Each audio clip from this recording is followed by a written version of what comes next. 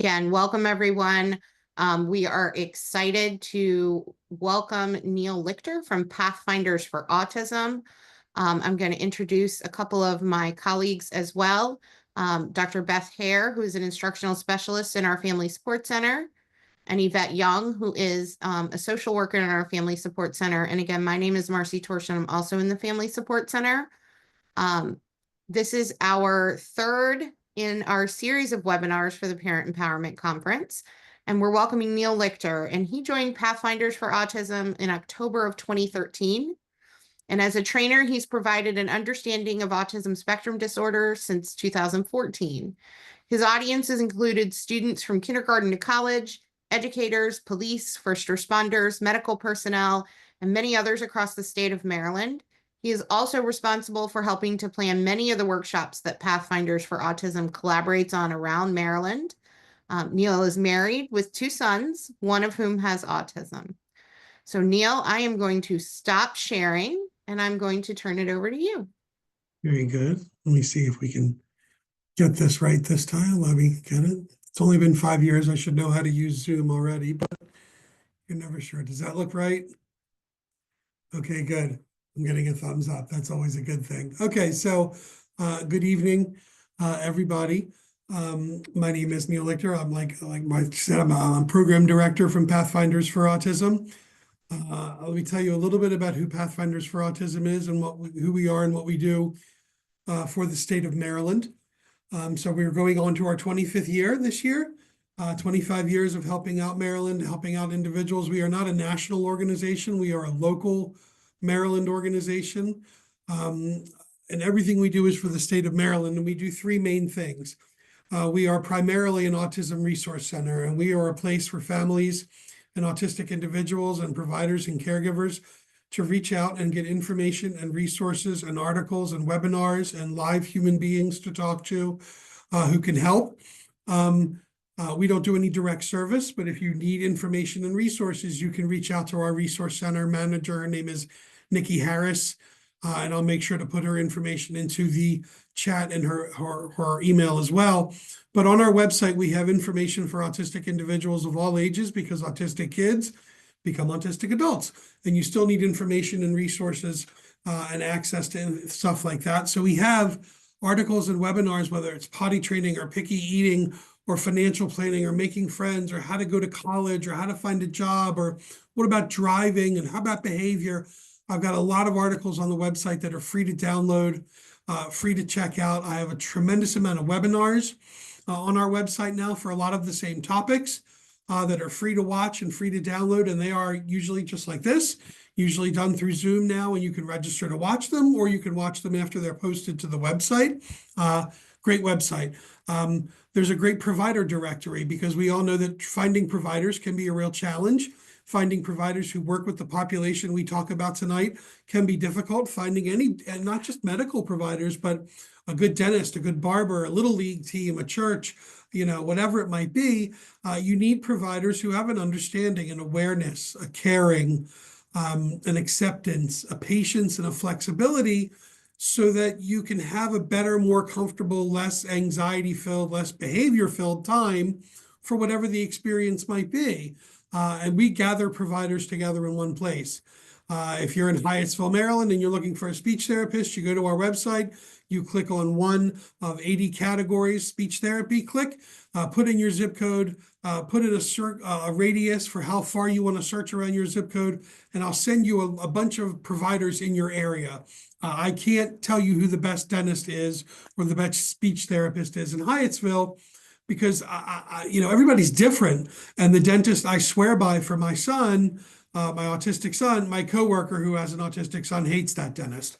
So everybody's different. So I'm going to give you resources and information so you can make choices and do a little bit of homework and find who works best for your loved one, or for yourself, or for your patient or your student or whoever it might be. Another thing that our organization does is this. We do a lot of trainings and workshops and webinars about understanding autism. And we go all over Maryland presenting it. I'm primarily a police trainer. So I go down and train police officers all over the state of Maryland. Proudly tell you that I did all of the Prince George's County police officers in service about a year ago. We finished up and we're waiting for another rotation to start. But we get them in the academy and we get them in service, and wherever they are, we're just teaching more about understanding behavior, understanding some of the things you might see. And we talk to police and fire and hospitals. I was training at Sinai Hospital yesterday in Baltimore for doctors, and my coworker was training medical students at University of Maryland. We go all over the state with more understanding, more awareness. And what we don't talk about, we bring in the experts to present, and that's what lives on the website: potty training, piggy eating, things like that. The last thing we do, and it's a lot of fun, is we do free family fun events. We want families to come out and do things together as a family. So we will do things like rent out the aquarium, rent out the science center, take over movie theaters, bouncy houses, rock climbing gyms, whatever it might be. So families can come out and have an autism-friendly experience. Because everywhere I go, I always talk about anxiety creates behavior. And the more anxiety goes up, the more behavior you see. But even something fun and exciting like going to the aquarium in Baltimore can increase anxiety. So the aquarium in Baltimore is now $50 a person to get into if you're above the age of 18. So for my family of 4 to go to the aquarium, it's about $200 to walk in the door. And about 10 minutes into that aquarium visit, my loved one who is autistic, my son who is autistic, might decide, no, it's too loud, it's too noisy, it's too crowded, the lights are too bright, the guy in front of me smells like cigarettes, the lady behind me smells like perfume. And his anxiety is going to go up. And when his anxiety goes up and his behavior goes up, his behavior is loud. It can be noisy. It can be full of profanity. It can be aggressive, not towards the world, but towards himself and towards the people who are with him. But the world feels very comfortable telling me how horrible Max is. So in order to reduce his anxiety, I'm going to go outside. We're going to take some deep breaths. He's going to do a big stretch or a yoga pose or whatever it might be. And he'll calm down and he'll tell me, okay, I want to go back in and see the jellyfish. And if I have to tell him at that point, no, you can't go back in, which is the truth, because the aquarium is you can go in once, and once you leave, you can't go back in. And when I tell him that, his anxiety is just going to go through the roof again. And now we're out in the public and there's police officers outside, and it's going to attract a lot more attention. And we want people to go out and try new fun things. So that's why we rent the aquarium, where if you need to go in and out 100 times, I don't care. If your child wants to yell, scream, spin, flap, curse, just even if they're happy, these things can happen. We don't care. It's fine. All behaviors are welcome. We do our best. We can't make it sensory friendly. We had 1,800 people come through a year ago, but they're free. So the worst comes to worst, it's you got to drive there. Maybe you pay for parking. I'll validate parking too for a discount, but give it a try. And maybe you make it a half hour the first time, but next year maybe you make it an hour, because it's less anxiety inducing going. It's not as new of an experience. It's more familiar, something to look forward to. And it's more of a fun experience. So I love what we do. I've been doing it for 12 years, going in October. And I used us as a resource long before I became an employee. I have a 20-year-old son, autistic son. His name is Max, and we'll talk about Max as we go through the presentation today with some of our stories and anecdotes and things like that. So this is basically a very quick what we do. We work to educate and train the community to support and improve the lives of people with autism and their families through the lifespan. It's just a very quick mission statement, but I like to point it out because I think it's really helpful, and it really does define what we do for Maryland and what we try and do. And I also want to say thank you very much, because Prince George's County Public Schools and Pathfinders is a great partnership, and we've been doing it for a long time. And it's always fun to get our conference together. And if I forget to plug it, come to the conference on the 29th. Registration is still open, but it's booking quickly. Okay, sorry. I told you all of this and what we do, where the arrows point to the safety in our training of the police, mock traffic stops, wandering and elopement workshops and webinars. We work in the community doing resource fairs like we're going to be doing on the 29th, but things like that all over the state of Maryland, resource fairs and presentations. And then the Resource Center, the really bread and butter of what our organization does is providing resources and information for individuals who are looking for them. So These are the reasons why we do what we do. These are the most recent prevalence statistics. They come out of the Centers for Disease Control. The statistics at the top, 1 in 23 boys, 1 in 88 girls is a United States statistic. 1 in 43 children in Maryland, 1 in 27 boys, 1 in 116 girls. The boys to girls ratio is very common, 3 or 4 to 1, because girls sometimes get diagnosed later. Girls get diagnosed a little bit later. Girls mask symptoms longer. They show up a little bit later as they're getting into school as opposed to earlier in the social settings. So they may miss the cutoff. This is a study for 8-year-olds, for example.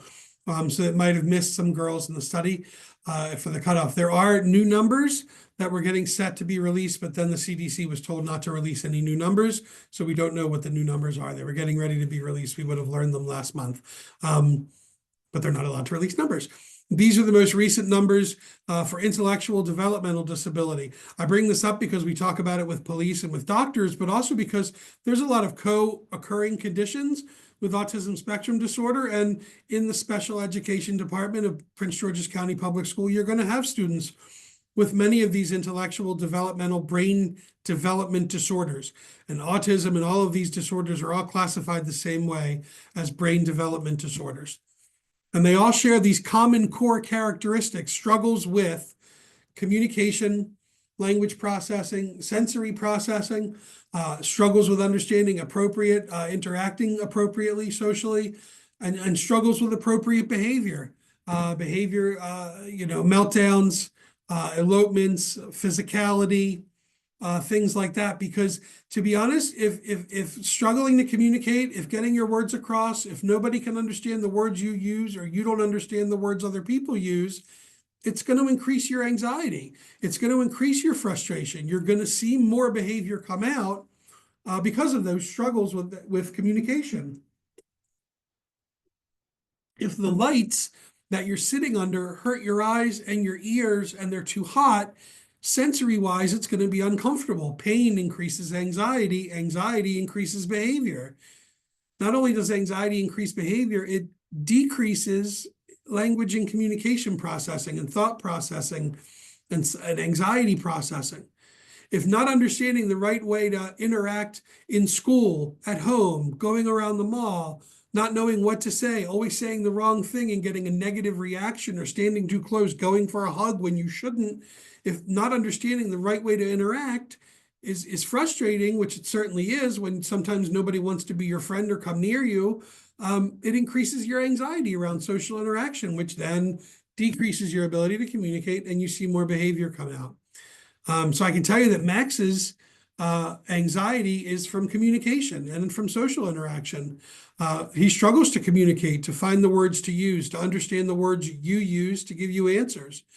He struggles to understand social interaction. He really does want to have lots of friends his age, but he stands out and he's a little bit different. And unfortunately, when you stand out and you're different, you tend to be alone.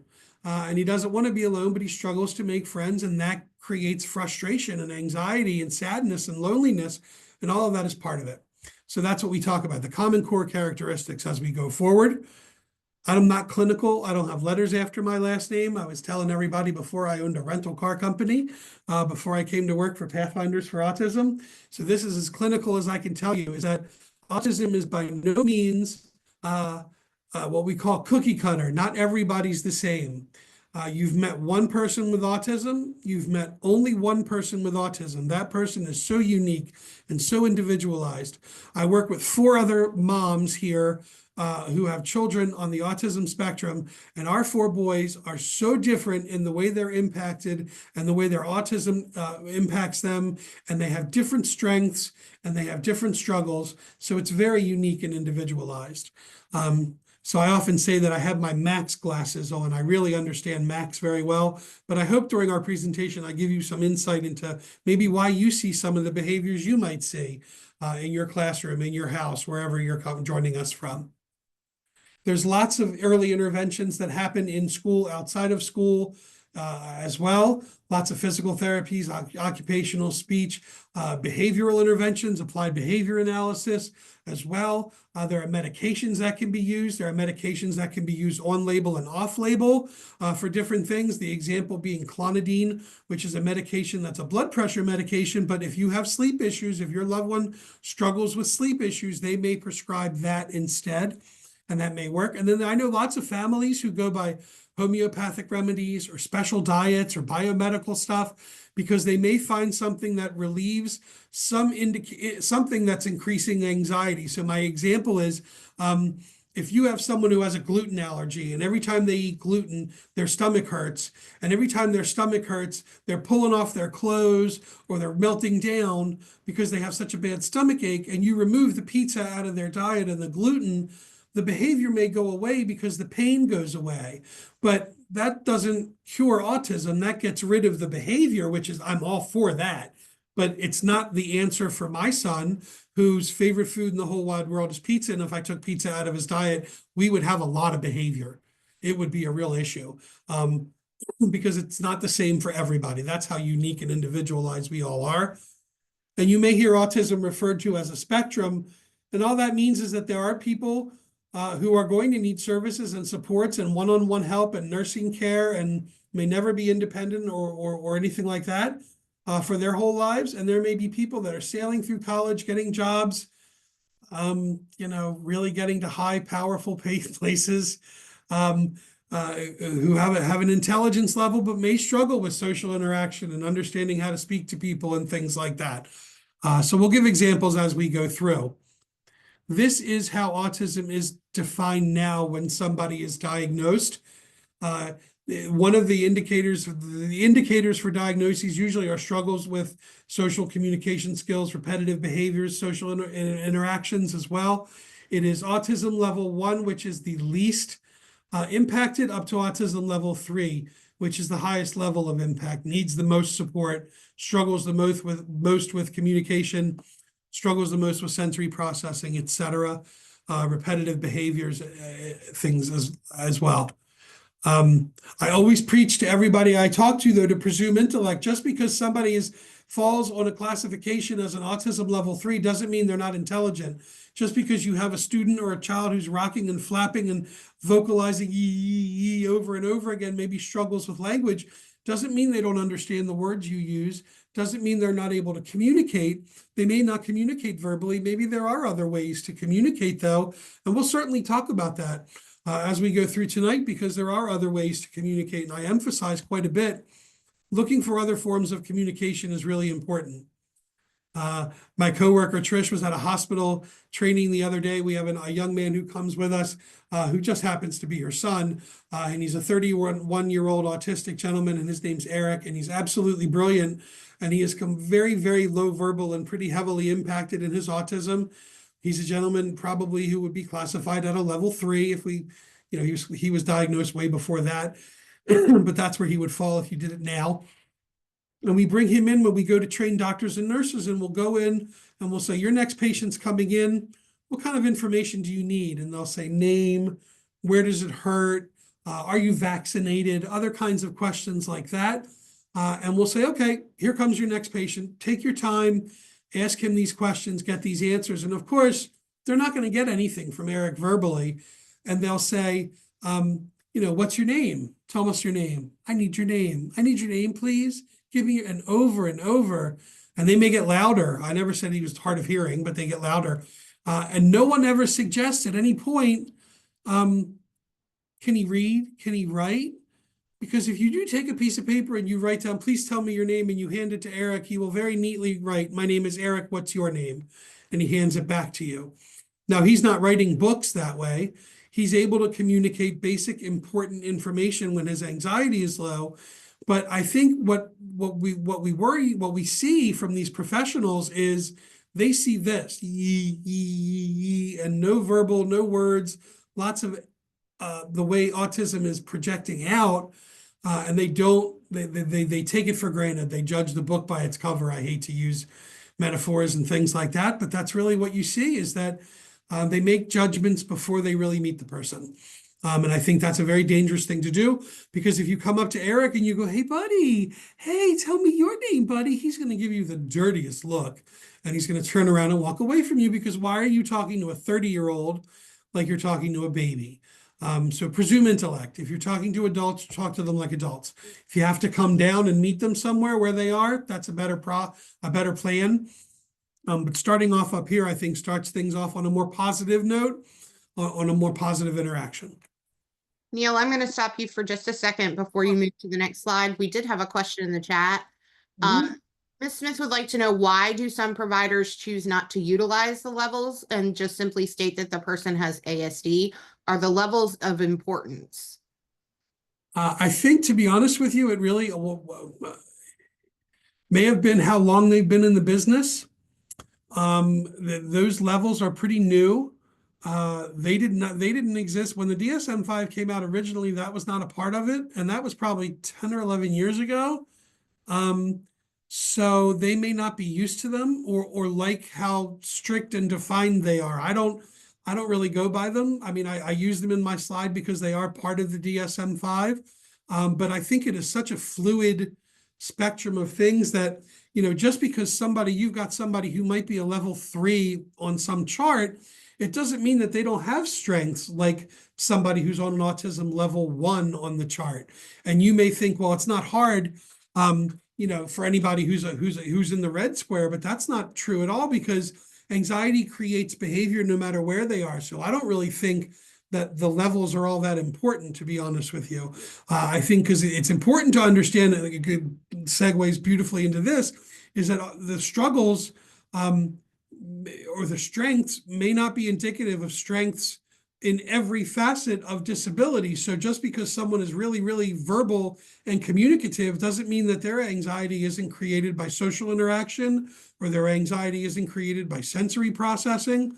And I know this lady, Rebecca Burgess, who designed this chart for us, was like, she speaks to thousands of people and she's a brilliant speaker, but sensory processing wise, once she's off stage, she's got headphones and sunglasses, and she needs to sit in a quiet room for at least 10 minutes and de-escalate, because the sensory that she has to deal with while she's on stage is overwhelming.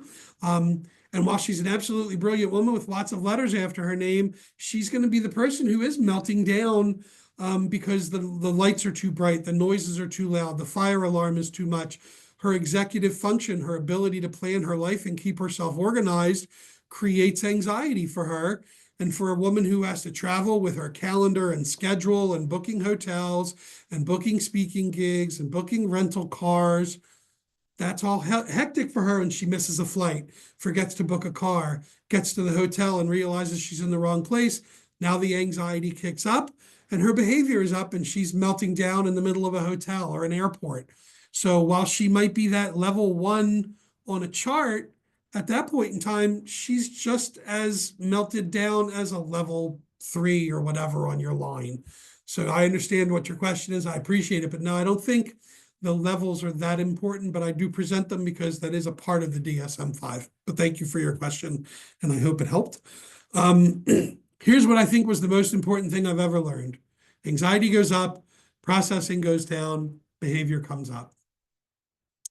I was joking I was going to get this tattooed on my arm the other day. I thought it would be a really good tattoo. But I really think it's an important thing to remember. And you would think, well, that's obvious, Neil, but we don't always know what's going to create the anxiety for somebody.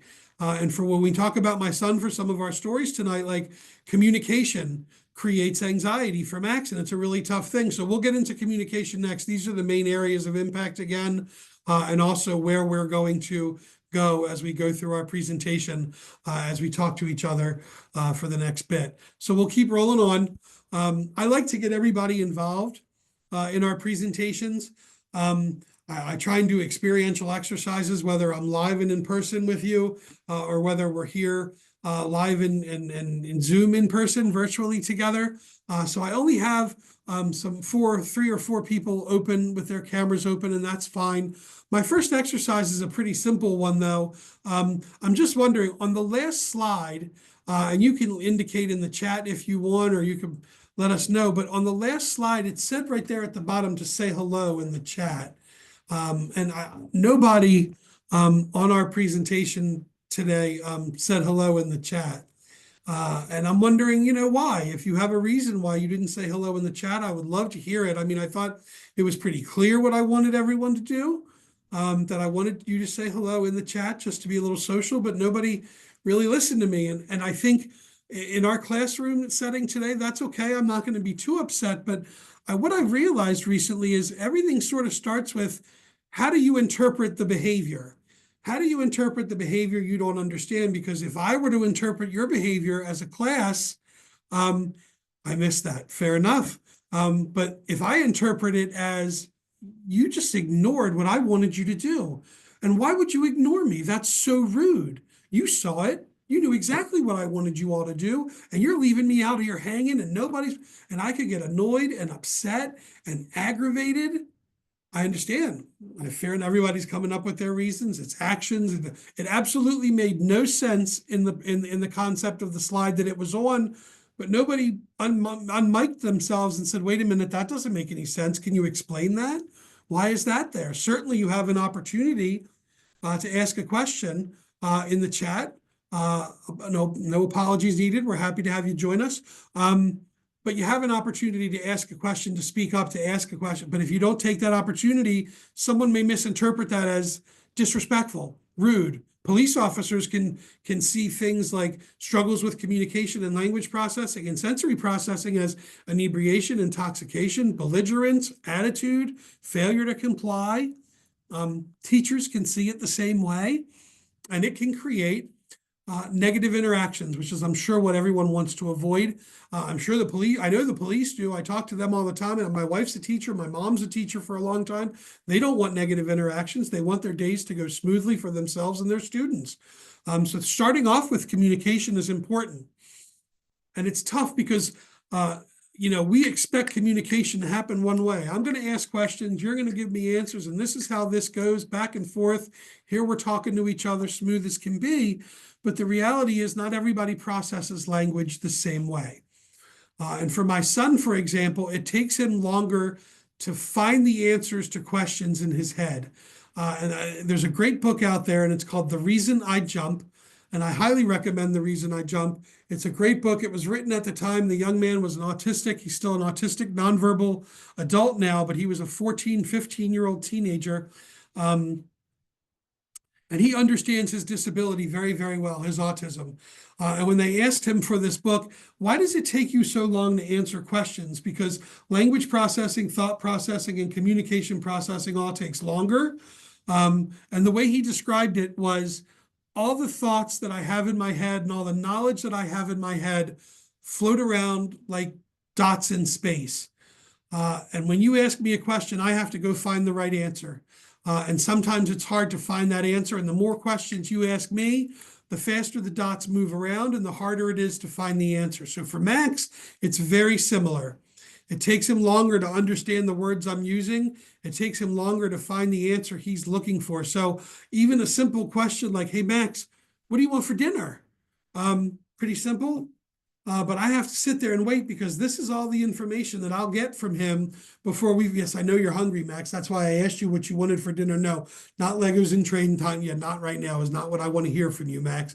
I need to know what you want for dinner tonight, not last Tuesday. And why aren't you answering to me quickly? I need answers. Now you're not, and this is, I'm waiting and waiting as these random thoughts are finally, the answer comes out of his head. There it is. I want pizza. He had to go through all of that other, this is so your daughter, I hear you. He had to go through all that other information. And it's hard to have patience for that information and waiting for it. It takes longer to process information. Can you, while you're deciding what's going to be our choices for dinner tonight, Google pictures and come up with a picture on your phone of a piece of chicken and a piece of pizza and say, point, which one do you want? And maybe that takes the need to come up with a verbal answer out of it and reduces the anxiety in finding the words. Looking for other answers. Sorry, he's got to go through more information before we can go to the next slide. He has a headache always. When he doesn't want to answer a question, he has a headache. So we get back into communication. Pause before answering. I agree. It's hard for me to see my chat box. Hold on one second. I see good answers coming across. And There there's you a go. question also. Okay, I'd love to hear it. Okay, Miss Diaz asks, I have I'm thinking she's saying I have ADHD and can see my children display some of the traits of both autism and ADHD. Is there any seminars like this where I guess both are addressed, spoken about together? Think I have one that exists on my website for co-occurring conditions. And I have seen webinars out there on the topic. If I don't have one on mine, I should be able to find resources. So at the end of our presentation, take my email down. Or if you all want, if somebody wants to put it into the chat, you can email me and I will look for that resource for you and get it out to you. And I think AUDHD is autism, like ADHD with autism, as I've seen it used for that as well before. And if I'm wrong, I apologize. There I am. There you go. Thanks, Marcy. Yeah, 15-second pause. Max is the 17-second kid we joke around. I learned that because he used to get in my car after school and he was little, even from when he was little. And Max uses what's called scripting. And you can see that on one of my bullet points there we're going to get to. But Max scripts, which means he memorizes things and uses language that he's memorized because it's more comforting. So he doesn't have to think of anything to say. He's got a script for it and can spit that out very quickly. And he's very bright and he memorizes things very easily. Disney movies, Pixar movies, Looney Tunes cartoons, Warner Brothers cartoons, God help me, TikTok videos. And he finds his words in the words of others. It was a love. I didn't make that up. I heard it well said by somebody once, and I really liked it a lot. Because he does, and he'll instead of having to think of things to say, he'll use scripts, and he'll get through whole conversations with people just using bits and pieces from movies, and you would have no idea he does it because it fits into the conversation. And I see people talk to him, and afterwards they'll say to me, "Well, that's a really bright young man." And I go, "Yeah, I know he is, but everything he said was out of Toy Story 2. And you have no idea." There you go. I love it, Miss Lucas. I appreciate that. That's another one. I see you. I feel you. I get it. And that's where it comes from. And sometimes the answers are inappropriate. And sometimes the scripts don't exactly belong. And if he doesn't have a script, you know what he does? He walks away from you because coming up with the words to give you answers to your questions creates anxiety for him. And when his anxiety goes up, his brain tells him, "Oh, that's cute." His brain tells him, "I need to get away from this right now." And he turns around and walks away. As a parent, you don't like it when your kid walks away from you while you're talking. Teachers really don't like it. I can tell you police officers don't like it. And at that point, if Max is stressed out and he turns around and tries to get away from the cop, and the cop puts his hand on Max, it's going to become worse because Max is a mirror and he's a magnifying glass for anxiety. And now it's going to escalate just from saying, "Don't leave," where to Max, it turns into worse. So communication happens in so many different ways. It's not just verbal. There's verbal, there's nonverbal. My wife jokes that Max is a classification in and of itself called two verbal. There's iPads, there's sign language, there's picture exchange cards, right? Oh, I think I have a picture of one right there. PECS symbols, mypecs.com. I found it the other day. You can create all kinds of PEC charts for yourself. And all they are is visual images that help people to understand the word. They can read it, they can see it. Max's big delay comes because he can't create pictures from the words he hears and reads. And that's how we learn to read. That's how we learn language, is we form pictures so we can know. Nobody knows what a cat is until you say cat and hold up a cat or show a picture of a cat. If he can't form the picture, he can't understand the word. He can read everything on my slide fluently, but he has no idea what it means. He can't turn the words into pictures, so he can't understand, or it takes him longer. I've heard it compared to people learning English as a second language, where you have to convert the English words you hear into your native language so you can really understand what the words mean. And there may be struggles with understanding the translations because they may not translate equally. It is a real struggle for some individuals just to convert the language into something understandable, and it can create anxiety. Max can't have conversations. We talked about that. He struggles with that. He does his little cheat workaround with his scripting. And I love speech therapists would always tell us, he's not supposed to do that. That's not, and I know, yeah, I get it. But he wants to have conversations. But realizes they create anxiety for him. So he uses his scripts so he can still engage and not be frustrated. I mean, I'll take it. It's baby steps, but there's still steps forward. And some disabilities that we talk about today, the brain disorders that we talk about, just come with articulation difficulties. Harder to understand what somebody says, sometimes with Down syndrome, with cerebral palsy as well. Ms. Diaz, I hear you. Kids thinking too fast, words can't keep up, the brain goes faster. I like to tell my son, take a deep breath. I also will say to my son, your brain's going too quickly. Here's my phone, type it out to me. Can you write it on a piece of paper? Or I'll offer him some sort of de-escalation. Let me give you a bear hug. That's just for my kid. I don't know if that works for everybody's, but my son likes deep pressure and will turn around with his arms crossed, and I get to deep squeeze him as he pushes back against me, and it helps him take a deep breath and relax, and the words flow a little bit more smoothly. But I hear you trying to get all the thoughts out, and you can't, and people don't understand you is frustrating and creates anxiety. So having picture exchange cards so someone can point to it instead of trying to say, I just want to go bowling. We're supposed to go bowling. I'm pointing at my screen. Like you could see what I'm pointing out. That's funny. But I'm pointing, I want to go bowling and pointing to the image of the bowling pin or whatever it might be that's up on your screen at the time. I want to tell you to use clear, direct, literal language. Don't use sarcasm. Don't use metaphors. Don't use euphemisms. Don't use idioms. Make your language easy to understand. Make your language hard to misinterpret, because this is a population that oftentimes are literal thinkers and will will interpret your words by their definitions, not by the implied meaning that you've given them, the way you combine them with other words, if that makes any sense. I'll give you an example, because it's really confusing. Sarcasm is saying the opposite of what you mean. And hoping the other person can read your expression, your facial expression, your body language as well. If we're all together next Saturday on the 29th down at John Carroll School on Nally Terrace, and I'm talking to Beth, and I go, Beth, I really want you to jump in a garbage can. Beth is going to be like, Neil definitely does not want me to jump in a garbage can. He's being ridiculous. Maybe it's too early in the morning. He hasn't had enough coffee. Beth would know I'm not serious. But if I said it the same way to my son, all he hears is, I want you to jump in a garbage can. And it sounds like I'm giving him directions, and he's going to do what dad wants him to do, because he doesn't hear the tone or pick up on the body language or any of the details that indicated sarcasm to a lot of other people. And oftentimes we assume people understand when they don't. You know what I mean. No, he doesn't, because he doesn't understand the words you use. So here's my real life Max story. This is not Max, but it works.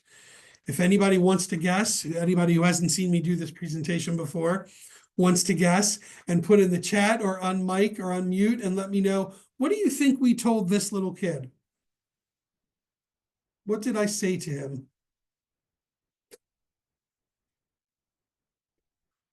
If anybody wants to take a guess. Close, Teresa. Not have a seat, but take a seat. Very good. Forgive me. Kawanda, I hope I got that right. That's correct. I told him to take a seat, but that's not what I mean when I say take a seat. I mean, oh, good, I got it right. Yay. I walk in to our presentation on the 29th down there. If you haven't registered yet, you absolutely should. On the 29th, and I see you, and I want you to come and join us at a table. And I say, oh, please take a seat. You're not going to walk over and pick up a chair. What do you tell this young man? See, I know it always happens. We find great examples with real life people. Tell me in the chat, what do you say to him to get him to do what you want him to do? What do you tell him? What would you say to get him to do what you want him to do instead of take a seat? Sit your butt on the blue chair. That is one way to put it. Absolutely. There you go. Sit down works. Sit down in the blue chair. Demonstrate. That's a great idea. That's even visual, and it doesn't even rely on words. You get a gold star, Christina. I love it. So I love it. Yeah, motion and say sit, please. All of that is clear, direct language. Now, here's the reason we chose this example. Now, this one's a little one, and he doesn't get it. He's cute and adorable. My son is cute and adorable, but he is 18. He's 21. He's almost 21, but he was 18 at the time, and he's in a classroom, and he walks into a classroom, and it's at the end of the day. And my wife's a teacher, and my mom's a teacher, and I know teachers at 2:30 at the end of the day are questioning career choices. I understand that. That's fair enough. And Max walked into a classroom, and Max says to the teacher, "Max, take a seat." And Max walks over and picks up a chair, and the teacher starts yelling at him. "Smart Alec, class clown, Mr. Funny, you didn't know what I meant. You knew exactly what I meant." And I mentioned his anxiety is a mirror and a magnifying glass. And if he's getting yelled at, he's going to get louder and he's going to get meaner. And he's holding a chair. And now it looks like a threat assessment. And now we've got SROs involved, and negative interactions are occurring, all because she didn't say, "Max, sit down." And maybe that opportunity right there reduces that confusion, that opportunity for misunderstanding. Anybody want to take a stab at this one? What did we tell this young lady? Feel free to take your guess in the chat. See if you can remember. I love watching people who've seen this presentation before go, "I can't remember what we said, what's for." Hit the ground, very close. It's an expression you may use. That's the good one. It's really an expression we use when we're ready to go somewhere. Yep. Yeah. Let's hit the road. All right. Let's hit the road. There you go. That's not what you mean when you say it, though. Clear, direct language. We're leaving. Get in the car. It's time to go. All of that makes more sense. The first time I saw it in real life with Max, Max was little. He was about 5. I was at the front of the house, and Max was at the back of the house, and we were leaving. And I said, "Max, it's time to go. Let's roll." And he rolled himself from the back of the house to the front of the house. And when he got up to the front, he looked at me like, "What on earth was that for?" And we just realized, yeah, it's use clear, direct language. Don't give him that opportunity for misunderstanding. It takes longer. It takes longer to understand the words you're using, to figure out what they mean, to come up with answers and give you good answers. So sometimes up to 20 seconds, excuse me, pardon me, up to 20 seconds for a person to hear the words you're using, figure out what they mean. Apologies. Lots of talking this week, and give you an answer. 20 seconds doesn't sound like a very long time. So I've got my stopwatch out, and we'll sit for 20 seconds. I put on my keyboard.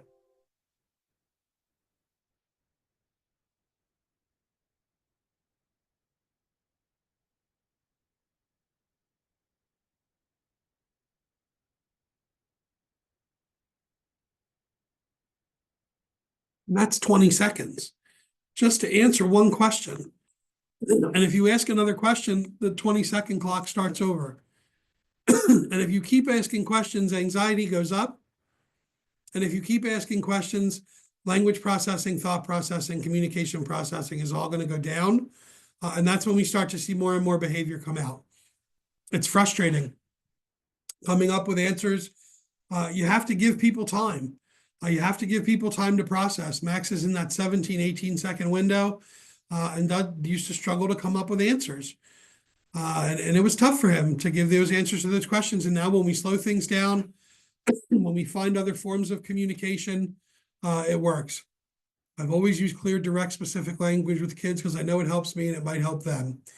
My family thought it was weird because they don't understand why. Well, take a picture of somebody holding a chair and say, "What do you think I told him?" And maybe they don't realize why we have to use language like that and how easy it is to misunderstand what they consider very common phrases and how it's not always obvious to everyone. If they ever watch Big Bang Theory, Sheldon never understood sarcasm or metaphors, and things sometimes had to be very clearly explained to him so he could understand why language was the way it was. Language is confusing. I hear that a lot also from people who are learning English as a second language, that English is a very confusing language, the words and expressions and phrases as well. So feel free to steal any of these and use them to help educate more people. I've also got a great article called Explaining Autism Using Everyday Examples that I always recommend handing out to people who could always use their help learning a little bit more about why behavior is what it looks like and what might create that behavior.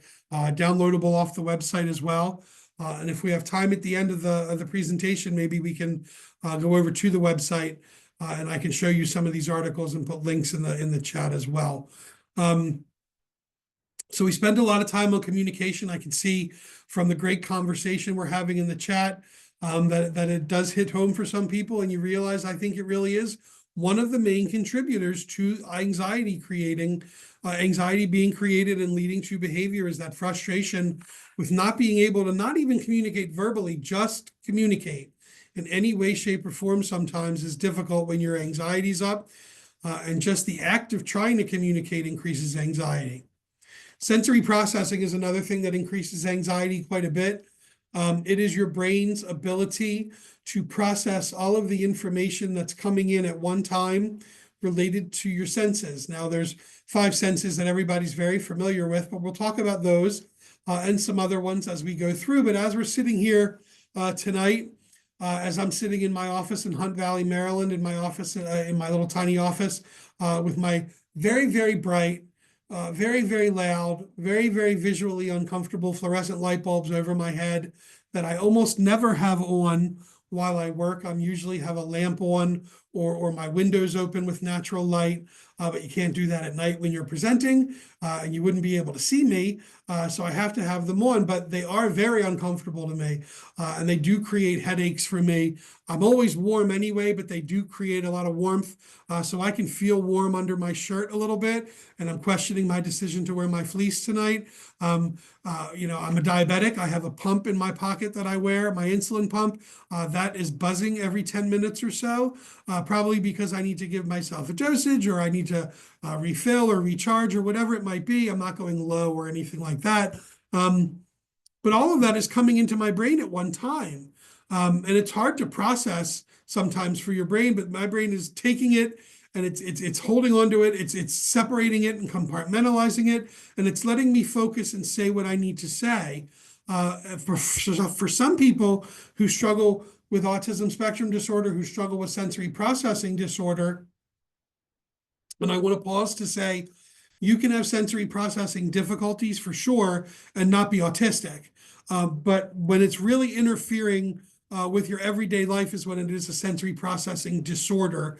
And that is one of the symptoms of diagnosis for autism spectrum disorder, when it's interfering with your everyday life, when the lights are way too bright, painfully bright, when the sounds coming in are way too loud, painfully loud, the smells are so intense that they're nauseating and it's too much. And just think about getting onto the bus, getting off the bus and walking into that hallway going in first thing in the morning, and how noisy and how loud and how intense and how frightening it can be and overwhelming. So having accommodations and things like that available, noise canceling headphones, cheap dollar store sunglasses, weighted vests, all of those things are great sensory tools to help someone reduce their anxiety, maybe surrounding the sensory input they're getting, maybe having a sensory diet, as they call it, the OTs will call it, of every morning when they come in off the school bus, they're going to get 10 minutes of a sensory time, of going into a quiet room, of de-escalating with a weighted blanket or a weighted vest or quiet music or whatever it might be, because maybe getting off the bus, coming from home where it could be noisy and loud and screaming and yelling and hectic, to a noisy, loud, hectic bus, to walking into the hallway and then trying to sit down and calm down might be too much. So looking for those accommodations for those who may need help with sensory processing can be very helpful. I have a great go bag in my car with headphones and sunglasses and squishy toys and oil droppers that he turns over and watches the oil trickle down. And then he turns it over again and watches it trickle down. It helps him. We have breathing exercises we work on together, all of which are designed to help reduce his anxiety when he's frustrated. It really is just an oversensitivity and overstimulation from sound, light, touch, smells, etc. People can be overstimulated and go into full-on meltdowns and elopement as well. People can be understimulated and seek sensory input. I have a friend of mine's son who hits himself on the chest He's not hurting himself. He's not bruising his body. He's not hurting himself at all, but he's giving himself sensory input. He's stimulating himself and giving himself what he needs to reduce his own anxiety. But it can be loud, and it definitely sticks out. Body awareness, proprioception. Knowing where your body fits into a space. When Max walks into my office, he walks right up to the corner of my desk and holds onto it just for a few seconds as he gets his bearings in the room. Doors there, walls, ceiling, floor, okay. And then he can move around comfortably. Sometimes when he walks into big open spaces, he'll look at me and tell me I'm floating.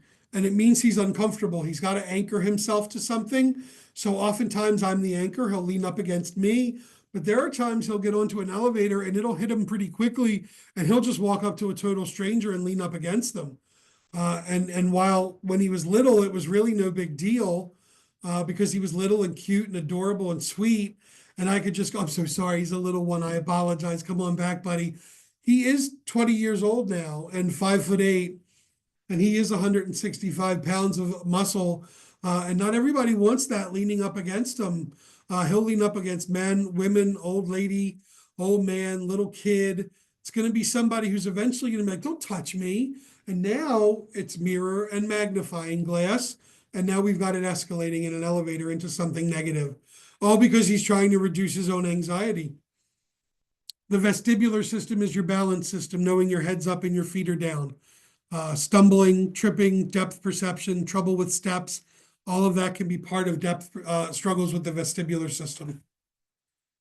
Let me play a quick video for you of what it might be like if somebody who's struggling with maybe some sensory processing disorder. I think I remembered to share my sound. Let's go and find out.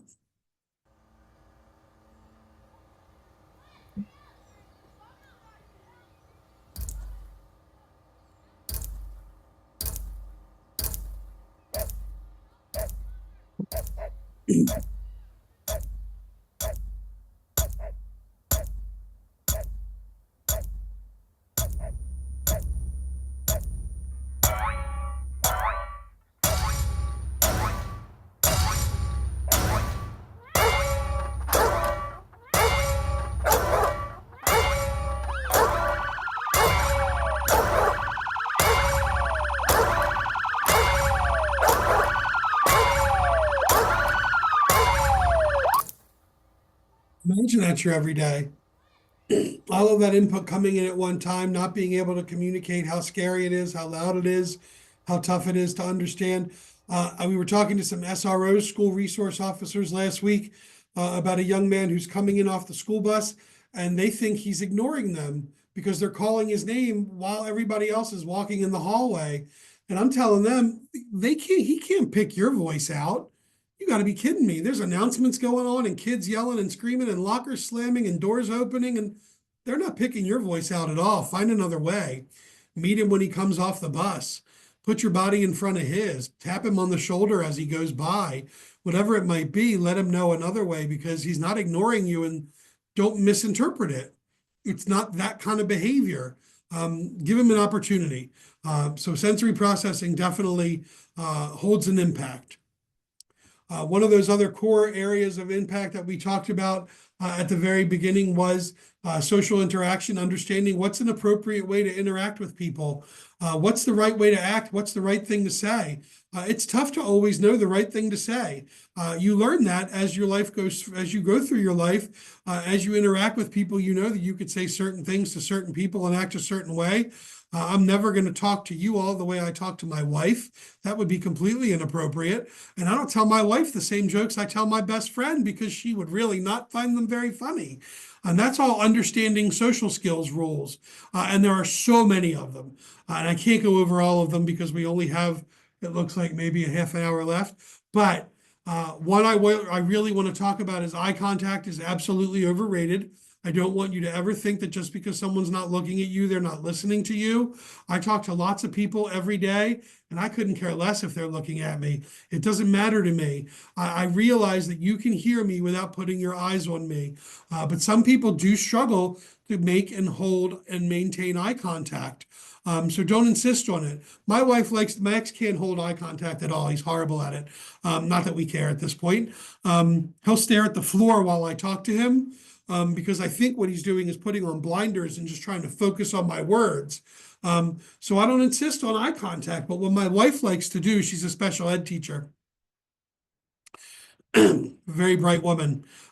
She likes to do little knowledge checks, because to say to a child, young adult, like Max, did you hear me? He'll just go, yeah, because that's going to stop the conversation. He's not silly. That's a practiced skill. But my wife will say to him, you need to ask me a question about something I just told you. And he busts her on it all the time. Like, Ma, why do we have to go on 795 when we can go on Green Spring Avenue? Cool, you were listening. I love it. And he wasn't looking at her at all. It's a good way to verify. I like to write things down and present things to him written as well.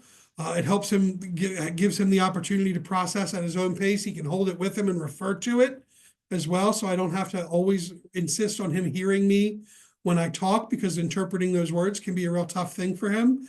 Please don't rely on body language. Body language is very difficult to understand. I have an older son. My older son is 24. He'll be 25 in October. And he understands body language, especially my body language.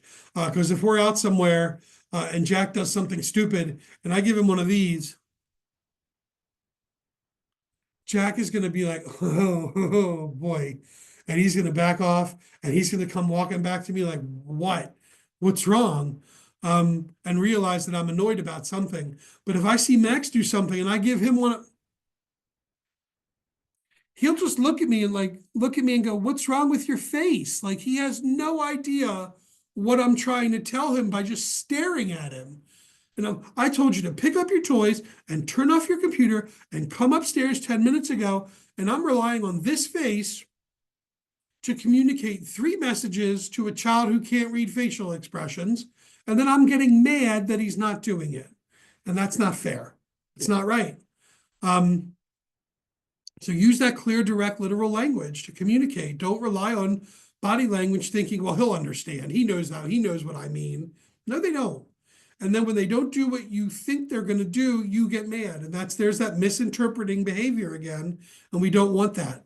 That's what leads to those negative interactions, or even taking the time to go, did you understand what I wanted you to do? Go back to it and put it in verbal, write it down if you can. Let me pick one social skills rule that we could talk about. You can't hug strangers. I think it's a pretty common rule. You can't just walk up to people you don't know and hug them. It's a 2-party system. It takes consent. I think there's probably, looks like 15 people on our call. I'm going to do a quick glance very quickly just at our participant list and scan some names very quickly. It looks like just by the names I'm looking at, and maybe I'm guessing, Max would love to hug almost everybody that's in our chat room tonight, except for one person, and the one person would be me. Anybody want to guess who Max would like to hug the most? Yeah, you all got that grin on your face. You know exactly what I'm. Ladies, how are you? There you go. You get it. And if somebody on here, I've misread your name and it's not a woman, I do apologize. I'm not trying to misgender anybody, but I was just looking at names and it looked like the majority had feminine names. But yeah, he likes ladies. He wants to hug ladies. He's going to go up to women. And there you go. Thank you. You made me feel better. But he would go up. He's been going up to women and asking for hugs his whole life. He is an affectionate sweetheart. And he wants to hug people. And if you're a woman and Max asks you for a hug and you're kind and you say yes, Max is going to wrap his arms completely around you and he is going to bury his head in the middle of your chest. And it is an atrocious, inappropriate hug. And it was atrocious, inappropriate when he was little and he would do it. But when he was little and he would do it, nobody ever corrected him and said to him, that's not how you hug. You put your head on my shoulder and you can let go. I'm not a life raft. Please let me go. There's rules to hugging. But Max doesn't understand, why are the rules different for Max and for Max? Because the rules for my 20-year-old are very different than they are for him when he was 7 or 5. He was in a high school at 18, 19 years old, and there's 14-year-old freshmen in that building. And you can't do that to a 14-year-old when you're 19 and 20 years old. You're going to get beat up. You're going to get in trouble. You're going to get an SRO called on you, whatever it might be. It's just misinterpreting social interaction. And it certainly could get you left alone, isolated, ignored. When people are, I'm not going near you. He doesn't get a hug. It makes you stand out. It makes you different. The difference in people oftentimes leads to isolation.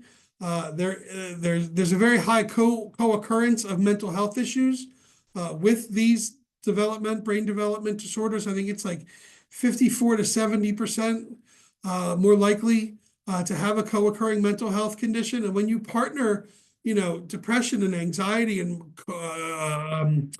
bipolar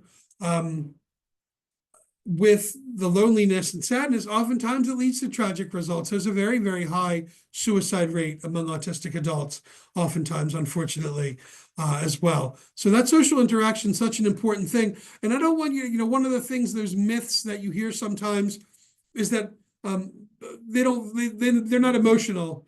They may have a flat affect. They don't show any. They may not show emotion, but it doesn't mean they don't feel emotion. That doesn't mean they're not an empathetic population. That means they don't feel the same things. They may not show it at the same way or show it at the same time, but it doesn't mean it doesn't exist. You may even find some who in times of high anxiety might laugh or smirk or smile, and that gets misinterpreted quite quickly.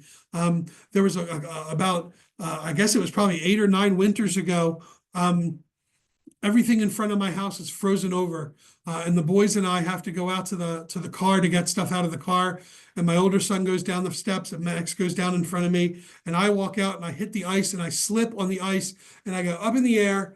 And when I land, my right leg tucks behind me and underneath me. And it really did do damage and was quite painful. And my wife, who was behind me, and my older son, who was in front of me, reacted like you'd react watching your loved one really hurt them. So, oh my God, are you okay? We got to call 911. Your leg is a mess. We got to get you inside. You're going to be okay. And we look over at Max on the front lawn, and you could probably guess what Max was doing. Max is sitting there with his head back, laughing, teeth showing, hands on belly, cracking up. And I mentioned my wife, who is a special educator with lots of letters after her name, turned on her baby and was, you are a monster child, son of a piece of a whatever. You're in so much trouble. And they get me up and they get me inside and they get me to my chair. And I'm sitting there and my leg is a real mess. And Max doesn't come in with us. And about 20 seconds later, I hear the front door open and Max comes in and slams the front door. And he stomps up the steps and he slams the door upstairs. And I'm thinking, well, now we have to calm him down before we can go get help. But about another 10 or 15 seconds later, he comes back down the steps and he's holding our heating pad. And he puts it on my knee and he plugs it in. And he runs into the kitchen and he grabs orange juice and Advil. And he comes running back into the living room. I would have liked something stronger, but I took it. And then he's rubbing my head and he's like, you're okay, Daddy, you're going to be okay. And he's crying and he's got tears and he's worried and he's scared and he's concerned. But it took him longer to process that while it happened. But that giggle, that smiling, that laughing happens not because he thinks it's funny that I hurt myself. What he thought was funny was the visual of whoa, boom, because Max loves physical comedy. Max loves the Three Stooges, and Max loves Ridiculousness, the show, and he loves America's Funniest Home Videos with people falling down and bonking their heads and whatever it might be, because the language that TV shows use goes too quickly for my son to understand those jokes. But the physical comedy Max thinks is funny. So the visual of me falling made him laugh. It wasn't me in the visual. It was just that guy bit it. And that made him laugh. And it got him yelled at as well. I think it's important to remember that behavior is communication. Behavior is what happens when a person has a want or a need or a fear or pain or anxiety and they're unable to communicate it in any other way. They're frustrated with new anxieties over new situations, new routines, new things, new experiences, creates a lot of anxiety. I always oftentimes have to help Max when he has to go from one thing to another, from a preferred activity to something he doesn't love as much. He's always on an iPad. That's carries it with him everywhere he goes. It's his key to his information world. But I can't just go downstairs and take the iPad out of his hands when it's time for bed. That would be frustrating for him, to say the least. He would probably get a little frustrated, a little physical maybe. There'd probably be some language coming my way. I have to give him time to understand that you are going to have to move from something you want to do to something you're not crazy about. So I have to say to him, Max, you got 20 minutes. Set a timer on your iPad, buddy. I'll set a timer on mine. You got 20 minutes. And then I check in. Max, you got 10 minutes. Max, you got 5. Max, you got a minute. Max, we're counting down 30 seconds together. And maybe it's easier for him. Does he come up every time? No, God, no. He's 20. He don't listen to me all the time. But he advocates for himself now. Dad, can I have 5 more minutes? Dad, I just need to want to watch this video. I'm finished editing this video. And he'll use his words to request more time instead of those frustrating scripts where he gets yelling and screaming. Or sometimes he will come up on time, but it does help him. It helps him to give him those transition periods, because making things more predictable reduces anxiety. Not knowing what's coming next is very anxiety inducing for individuals. So as much structure as you can give somebody, oftentimes that's very helpful. Writing down schedules and writing down checklists and writing down daily charts and having visuals of what needs to be done in routine can be very helpful for individuals on the autism spectrum as well. We're talking about behavior, and I mentioned rule out pain because pain creates anxiety. I love Temple Grandin, and we found this the other day, and I think it really does speak to, and I show it to all the doctors I train, but I think this is a really good one for families and caregivers as well. So hopefully it plays. You can have nonverbal individuals where they can have a hidden painful medical problem. Let's say you have a nonverbal individual, either a child or an adult, that the behavior's been good. Now all of a sudden their behavior's just awful. You have got to rule out a hidden painful medical problem. Number 1 is heartburn. And you'd think they would grab themselves right here. No, the stomach doctors say they do saluting behavior. They kind of stretch like this. If you see this kind of behavior, then you want to get them treated for acid reflux. Maybe they have constipation. Maybe they have a urinary tract infection, a yeast infection. Maybe they've got a toothache. Well, you could do that, and if you find he pulls away when you do that, then you take them to the dentist and get the root canal fixed. But too many of these nonverbals have a hidden painful medical issue, and that's why they're behaving so badly. And you've got to rule that out first.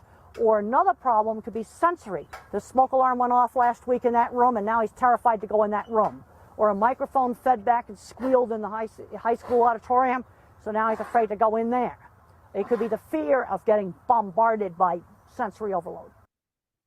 Things to think about. Maybe those are some of the reasons you see some of the behaviors that you see. The psychological trauma of being in a place where the fire alarm went off, or their toothache, stomachache, whatever it might be. You can have pain. If you're seeing behaviors that are new, that you've never seen before, somebody tapping themselves on their teeth, maybe they've got teeth cutting through, maybe getting to a dentist, or something like that can be very helpful. I don't like things called obsessions. I don't like to look at people because people have different passions, and what are passions to some people may not be passions to others, but passions are important because they can be helpful for de-escalation. They can certainly be helpful for communication. Max loves the Ravens. Max loves the Orioles. Max loves Pokemon. Max loves Mario Brothers. He loves pizza. He loves French fries. All of those are passions. All of those, if Max is having a tough day and he's not processing language and I see his frustration building, those are all topics I will switch to and engage him in to try and get him to breathe and de-escalate and calm down. Because when he talks about things that he cares about, his anxiety goes down. I don't know anything about Pokemon at all. but he carries a bag of Pokemon toys. And when I see him frustrated and upset, I will say to Max, tell me about your favorite electric type Pokemon. And I don't know anything about them, but he does. And he'll talk for a good 5 minutes at me about Pokemon. And I can see it in him that he's de-escalating and calming down. His breathing gets better. His facial expression changes. His fists open up. It's because while he talks about his favorite thing, he relaxes. There's no pressure to come up with words that are struggle to come up with when he knows everything there is to know about Pokemon. Let him talk about something he knows, it works. What passions, whatever that might be. I have a young man who works in my office that loves washing machines. I asked him today, I said, sometimes when we do the wash, there's like this gritty stuff on the bottom of the washing machine. And he went and Googled some cleanser online that we ordered today because he said that he read a lot about it and it works really well for getting stuff out. Okay, great. I helped him, went and understood his passions a little bit more. You know what that helps him with? He and I have a little connection now. He's not as frustrated and worried being around me as the boss, whatever, he's more comfortable, which I think is very important. He communicates better. He gets more work done. He's more comfortable. Impulsivity is a big piece of these intellectual developmental disabilities that we talk about. That is a part of the brain chemistry. Part of your brain is always the one that comes up with, let's do some crazy plan. And there's another part of your brain that says, yeah, we're not doing that. But in the population we talk about, the part of the brain that is that gatekeeper that says, yeah, we thought it up, but we're not really going to do that. We're not going to try that. That's missing sometimes or delayed in responding. And that's the gatekeeper that says, no, we're not going to do that. That's got negative consequences. You may get hurt. You may get lost. You may hurt someone's feelings by saying that thing you shouldn't say when you shouldn't say it to the person you shouldn't be saying it to. That's that impulsivity, and it is hard and frustrating, which creates more anxiety. Anxiety creates repetition, rocking, flapping, bouncing, stimming, a designed behavior to reduce anxiety. I'm a big fan of letting people stim if they need it, because if I'm talking to somebody and they're rocking and flapping, but they're talking to me and answering my questions, this may be what they need just to stand in front of me. Now, if you need to make an accommodation for someone of saying, listen, you can't stand right here in the middle of the hallway and stim, but can we go over and stand by this locker? Or I don't want you stimming outside in front of the house on the road. Can we go stand on the lawn? Whatever it might be, where it is more appropriate or more amenable, it can help. It can help reduce that anxiety. If you need someone to stop, listen, I need you to stop flapping your hands for 30 seconds. We're going to put your coat on and tie your shoes, and then you can start flapping again. You've laid out what you want them to do. It makes it more predictable. You've let them know when they can start up again. Certainly, medication does affect individuals with autism and other intellectual developmental disabilities, but there's no particular autism medication. But the impact of dosages given late, missed dosages, underdosing.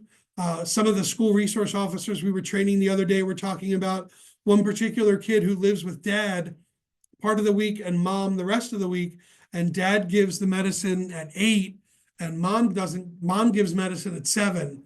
And so when he comes to school, he's unmedicated when dad has him for a good hour. But when mom has him and he comes in, he's medicated and his behavior is better. But the behaviors get worse when the medication hasn't kicked in that example. So there's a way that medication impacts. That dosage is given and the timing and the right dosage as well. We'll keep rolling on. We talk about behavior because people go into crisis, go into full-on meltdowns, and it doesn't really matter whether you consider it a crisis or not. They do. This is not a crisis to me. To my son, it's a sign of the apocalypse. All hell's about to break loose. Dad, my game's on red and I haven't saved it for 6 hours and I'm going to lose all my progress. And what do I do? And if I tell him, oh, it's okay, just read a book, that's not going to help because that's not what he wants to do. He wants his game to be okay. He wants his iPad to be in better shape. But if I'm not giving him I'm not seeing him and saying, I feel you, it's going to create frustration for him. So I have to be understanding and tell him, I got you, buddy. I hear you. I got a charger in my backpack. I have a charger in my car. You're welcome to use my telephone while you're sitting next to me. All of your art supplies are also in the trunk. If you want to color, you can. And all of that can help him because at the time of his frustration and he's up here, he's not coming up with answers. He needs me to help and be the calm voice to say, you can lean on me and we're going to get through this together. And I'm going to give him other solutions. Even though it may be frustrating for me and I'm worried or he might be rough, I got to keep my calm voice on and let him know, I see you're having big feelings. Let's talk about this. What do you need? What can I do to help you feel better? And those are the words I use to help him calm down and de-escalate. And I've been using the same versions of them for a long time. And it does work for my son. It doesn't always work for everybody, but I find it very helpful to treat that crisis as a real crisis. I love making things predictable. So things like checklists, things like schedules are great. Social stories, if you're not familiar, the people on this call from Prince George's County Public Schools Department of Special Education, I'm sure, have great social stories available and they can find them. If not, reach out to us at Pathfinders and we've got great links for social stories. If you want, just Google social stories library, social story hospital, social story baseball game, whatever. And what they are is narratives, stories in pictures or words or both of an experience that you're going to go through. So the best one I've seen is when we found a new dentist who I mentioned before that I love, and this is one of the reasons I love their office, is they've got a social story that's downloadable right on their website. And when you print it, the first page is a picture of the office from the outside. This is the front of the office. You'll come in and go up this elevator. There's a picture of the elevator. Here's the fish tank you'll see when you get off the elevator. And it walks you through step by step of things you're going to see in that office. And the reason that's helpful is I'm going to go over that with my son every day leading up to the dentist appointment. So that when we do pull in, he's like, oh, it does look like that story. And he's going to carry it with him and go, oh, you are Donna. You do work at the front desk. And it just makes it more comfortable. Because the more comfortable he is, the less anxiety he feels. And the less anxiety he feels, the less behavior we see. And the more successful dentist visits we have, which is what we're going for. I love fidgets. I've got them all over my desk. I have fidget balls and fidget squeezies and fidget toys because squeezing something helps some individuals reduce their anxiety. Weighted blankets, weighted vests, fluffy toys. One fidget is not the same as every other fidget. Get yourself a variety of them. Some can be soft, some can be hard, some can be textured. I've got a great dimpled football that some people really like. They just rub instead of squeeze. It's all different toys that you can find. Resource fairs, great place to find fidget toys. This is a super duper app called ChoiceWorks. Great app to help with decision-making, executive function, identifying emotions. As of 3 weeks ago, it was still active on the App Store. Not too expensive. It has visual images like those PEC card images, but it also has the ability for you to use your own photographs to help make how am I feeling cards and touch how you're feeling, or what do you want for dinner? Pizza, chicken, whatever. You can put images like that in there that can help with decision-making, scheduling, planning, stuff like that. I love time timers. Time timers show how much time has elapsed and how much time is left to go. It's two different ways to view a timer, usually available in like teacher stores, Lakeshore, other stores like that. You may find them at Staples as well. I have them all over the house, and when I tell Max to set a timer, oftentimes it'll be a time timer. He leans more electronic these days, but time timers are always around to be used. Before we go today, I do want to talk a little bit about wandering and elopement because it is such a big problem in our community. I know we have a whole nother workshop webinar scheduled coming up on wandering and elopement. I want you to register for that. I want you to attend that. These are some quick statistics of why we do specific workshops just on this topic. Is elopement is a huge problem in the autism community, and it leads to very tragic results. Oftentimes, 71% of deaths related to autism and wandering are caused by drowning for a variety of different reasons. Water presents, a multi-sensory environment. It's got look, it's got feel, it's got touch, it's got taste. But I can tell you that the time of the year doesn't matter and the temperature of the water doesn't matter. and I mean 50% almost of children with autism will walk away from a safe situation. That's what elopement is, leaving a safe environment at some point in time. And a lot of people are not able to verbally communicate name, address, and phone number. So are you going to have other forms of communication? You gotta find something. Go to our website, pathfindersforautism.org. There's a QR code coming up in a bit where you can go directly to our safety section so you can find all of the forms I'm talking about on this slide. The slides to share with dispatch, the slides to share with neighbors, slides you should have ready at your fingertips. If your loved one does take off, I always say child, it's adults as well. You can go on the website and find places to find swim lessons. So if they're going to be in the water intentionally or unintentionally, they need to learn how to float. I didn't care if Max learned how to swim. I cared if he learned how to float, because he was walking off pools and off docks and stuff like that. It was going to be tragic. And we got him into swim lessons, and he did learn to swim. But really, it was all about the safety piece of it. I didn't care if he swam. This is a great org called ifineedhelp.org. You can register for free, and they give you a QR code, and you can fill out this form with all the information about your loved one. Oh, thank you. There's the link to sign up for the Wandering webinar that's coming up. You can fill out a form. They'll assign you a QR code that you can download and print and take on, put on whatever you want. Or they've got a little store, a mom and pop shop online that you can buy stuff from, not expensive. Laminated lanyards, laminated ID cards, belt buckle hanger tags, shoe tags like runners wear, shoe tags with QR codes, patches, stuff like that you can buy with your QR code, your loved one's QR code. So if they're missing, if they're lost, if they're wandering, if they take off and someone finds them and you've practiced and your loved one's pointing at their patch or pointing at their shoe, maybe somebody scans it and now you've got a way to get them home and get them safe. And you can tell them more about the information. They love dogs. Okay, if he loves dogs, I'm grabbing my phone with a picture of my dog and I'm showing him my dog pictures. You love dogs. Here, look at this. Here's Sparky running around. Maybe that keeps his anxiety low and can help get you more information, more help. If you scan that QR code, it should take you directly to our safety section on our website.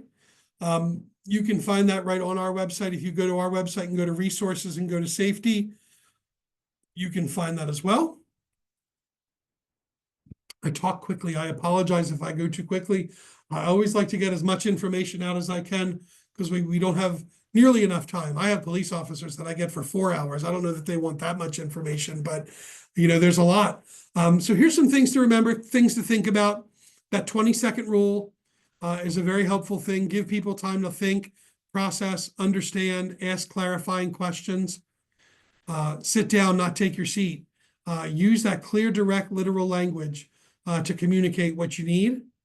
Please remember that those up, down, up arrows are very important. If we can keep anxiety low, we can hopefully keep communication up and we can keep the behavior down. Remember, please, there's more than one way to process information. Thank you for putting that link up. There's more than one way to process information. Write things down, type them out on your phone. Max understands words, okay? He does all right. But when he's frustrated, I just grab my phone and type it out on a text and I show it to him. It helps him understand the words. It slows his brain down a little bit better. It helps him process a little bit more just to give him that other form of communication. Reduce sensory distractions. Can you turn the lights off in the room? Can you back people out of a room? Do you need 3 or 4 people standing over someone to talk to them? Can you take someone to a quieter space? Do you have a sensory friendly space in your house where someone can go to de-escalate and be alone and take time to de-escalate? We've got a great employee who works for us named Nikki Harris, who builds sensory spaces, and it was all done out of necessity for her son, who was so rough and frustrated during COVID being in the house that she built himself a soft room where he could go to be frustrated, and he did. He would use it, and it helps. Behavior is communication. Please remember that. I always like to ask Max, what do we do when you feel this way? Because in the middle of a meltdown, there's no teachable moments. So when we're done melting down or when he's leading up to it and I can get in soon enough, I'm trying to find out, what do I do when you feel this way? What do you need? That's where the bear hug got discovered, because he just turned his back and leaned against me and I just wrapped him up and I could feel him push against me. And when I let him go, he felt better. So there was that looking for that behavior is communication, figuring out what he needed without him having to use his words. And you have to be flexible. I know it's hard. I know you've got other kids that maybe are going to feel, listen, it's not fair. Why does he get to do one thing and we don't get to do that? But listen, not everybody's going to be treated the same in life. And equity is people getting what they need, not everybody getting the same thing. And being flexible is so important. And being flexible to be able to say, yes, you can stand up and eat dinner as long as you're at the table. I don't care. Pick your battles. Know what's worth fighting over. Listen, my mother didn't love it that my son was standing at the dinner table, but it was like, either he's eating standing up or none of us are eating at this point, because it's going to turn into a full behavior. So let's take what we can get. Little victories are still victories. And I really do love baby steps are still steps forward. So flexibility is important. Find the wins where you can get them, and presume intellect. So there's my information. There's my name and my email right down there at the bottom. Feel free to email me anytime. The phone number, it's hard to get me on a phone because I'm usually on the road, but I do check my emails very regularly. I am going to put Nikki's email into the box as well, nharris@pfamd.org. And here's our helpline, and this is a line that rings directly onto Nikki's desk. And you can reach out to Nikki, 443-330-5341, and just tell her, I need, and rattle off your list. I need a social group. I need a speech therapist. I need a psychologist. I need help as a parent.